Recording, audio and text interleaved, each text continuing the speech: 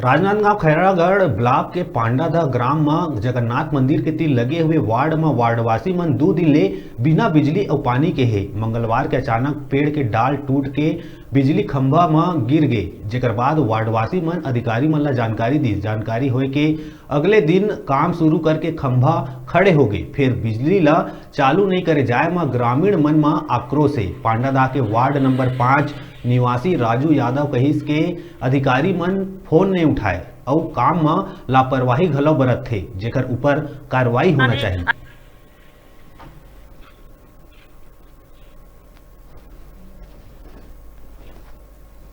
आए दिन हमारे पारम पानी की परेशानी होते। अब 2 दिन हो गए बिजली गोल है, खंभा टूटे है।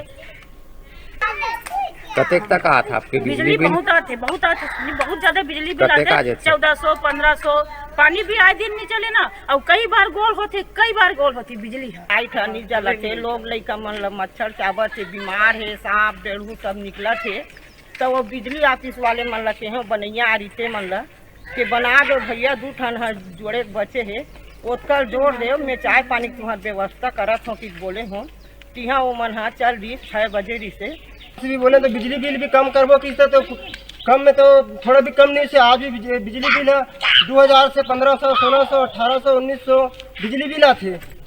और लाइन की भी ठिकाना है कि 24 घंटा में 2 घंटा 3 घंटा बंद होना है।